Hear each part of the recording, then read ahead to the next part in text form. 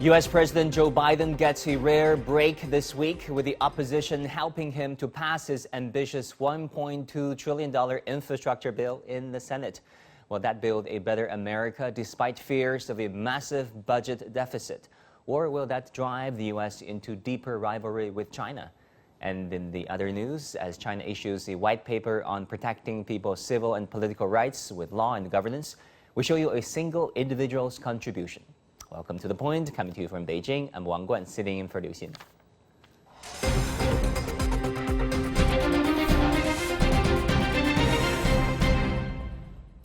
U.S. President Joe Biden finally won a political victory of sort this week. The Senate passed his $1.2 trillion infrastructure bill, with even some opposition Republicans backing it.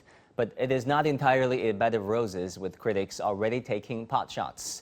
Influential Republican Senator John Kennedy, for example, called it stupid stuff, and that only about 23% of that money is meant for quote-unquote real infrastructure. So will it build infrastructure and create jobs, or will that push up debts and inflation in the U.S.? And why does Secretary of State Antony Blinken drag China into the conversation? Joining me today from Beijing is Einar Tangen, current affairs commentator, and also Wang Cong, chief reporter at the Global Times. Wang Cong, let me go to you first. We've heard from the president, Joe Biden, has been trying to push this infrastructure bill since, shortly after he's taking office. Finally, the Senate passed it with 62 backing it, and 62 yeas and 30 noes. And Biden said it will transform America. How do you look at this bill? Well, first of all, I think this is a very major victory for Joe Biden, because over the past several decades, the Republicans and Democrats in the U.S. Congress can never agree on an infrastructure plan to upgrade the U.S. Infrastructure network, because it really desperately needs some improvements. So for the U.S. Senate to pass such a huge, ambitious infrastructure bill on a bipartisan basis, I think it's quite a advancement for Biden. However, this is far from over. This is simply the first step before it becomes a law, because it now faces up more procedures in the United States House. And the House, the Democrats have already made it clear that they're not taking up on this legislation until another massive spending bill is passed by the U.S. Senate. So I think it's a big step, but it's too early for Joe Biden to celebrate just yet. Right. Joe Biden also promised the bill will generate quote-unquote higher growth for the U.S. economy over the long run. Einar, a report released by the U.S. Congressional Budget Office projects that if enacted, this bill will add more than $200 billion to U.S. budget deficit. So how can Joe Biden and his administration balance the need for higher growth and updating infrastructure while preventing the budget deficit and debt from going out of control? Well, you've been in Washington, Wang Guan, and you know a lot of it is just smoke and mirrors. You say whatever it is necessary to get your bill through, and then you declare victory and then claim surprise when the deficit comes in. It's not unusual. Right now, you have the same situation happening with they have to raise the debt limit. Everyone's saying, no, I won't do that, even though there are bills that they have passed, which are required to be paid and need to have that ceiling lifted. So politics as usual, nothing's changed. You know, we've heard from several Republicans, including Senator John Kennedy, saying that we were told that the bill would be paid for, how it would be paid for. That's not accurate. It would increase America's deficit, he said, by at least $256 billion. We were told the bill does not raise taxes. That's not true. Those conventional GOP rhetorics. How do you look at this, considering the current political atmosphere in Washington? Well, the Republicans are trying to play it both sides. You had 19 people from the Republican side swinging over and voting for it. They're taking a calculated risk because and McConnell is backing it. He was one of the people who voted for it.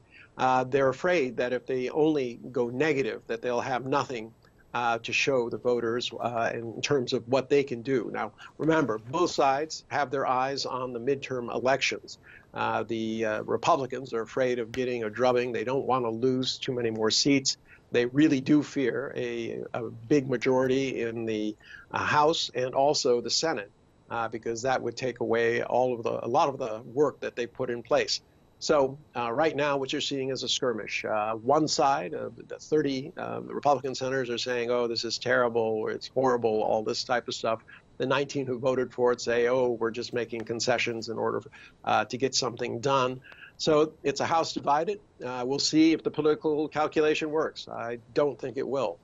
Yeah, Wang Cong, when talking about this bill, U.S. Secretary of State Antony Blinken talked about China. He says the U.S. needs to invest in education, roads, railways, port, and broadband if it wants to remain globally competitive against China and other adversaries, in his own words.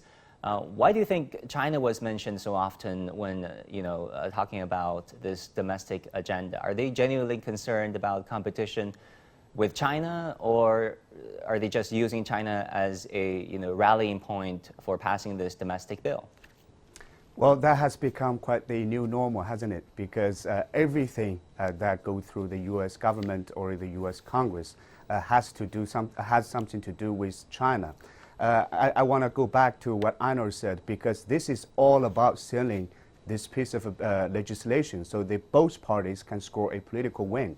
So in order to sell this, they played all the tricks, right, including China. Now in the U.S. Congress, one thing that they can both parties can agree on is the tough stance against China. So obviously and predictably, the U.S. administration would use that to sell this infrastructure bill. However, in substance, is this something that can help the U.S. To compete against with China in terms of infrastructure building? Let's talk about this is ambitious in terms of U.S. standards. This is 1.2 trillion infrastructure bill that includes everything from highways to even green energy. In China, just some comparison, in China, over the past 5 years under the 13th five-year plan, China invested just in the transport network 15 trillion yuan, which is about 2.3 trillion. Remember, this is just in the infrastructure of highways, highways, railroads. So that's not even comparison. And also, over the past several days after the U.S. Senate passed that, there are a lot of discussion in China about how this bill, if this project would materialize, would require a lot of materials from steel, from machinery from China. So it actually helps the cooperation. So both by size and the scale, it would not compare it. It cannot even be in comparison to what China invests in infrastructure.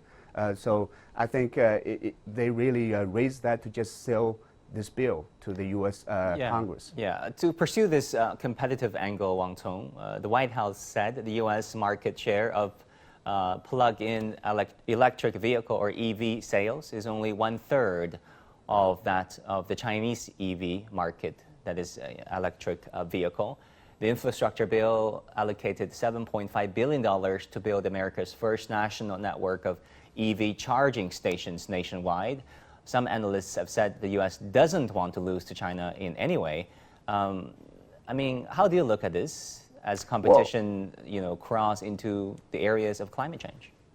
Well, obviously, there are a lot of concern in Washington these days about the losing to China in everything from high technology to infrastructure, to global influence. So with the current status of the U.S. infrastructure network, yes, those concerns might be reasonable. However, I think it's not comparable to what China is today in terms of infrastructure and in terms where U.S. is today. Remember, not the new energy vehicle is one area that the U.S. is falling way behind. Another thing is the telecommunication networks. The U.S. in the infrastructure bill includes some millions of dollars in expanding the broadband in rural America.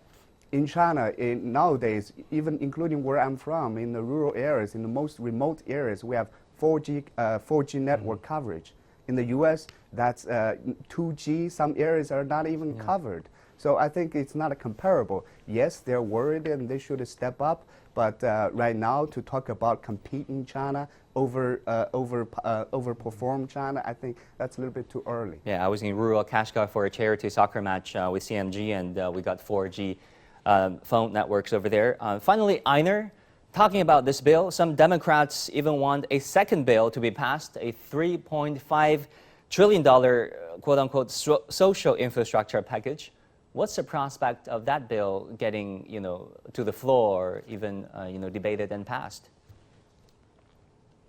Well, it could get through the House, but it's not going to get through the Senate. It's going to require, a big vote. And Manchin has already said he's not going to. He has real big questions about it. He's signaled that all along. Without his vote, there's no hope of getting it through. There's not going to be any defections from the Republican side. This is one area that they're going to stand firm on. Remember, the reason these two bills were separated was because Biden was told absolutely that there was no hope of getting about any kind of bipartisan support if he tried to do his soft side, his reconciliation. I mean, not the reconciliation, the second bill. So he's in a place where he's trying to placate the far left, who are demanding that he make good on a number of promises they think that he made, while still looking like he's getting something done. As I said, this is all about the midterm elections and how they can appear and whether or not he can get a majority.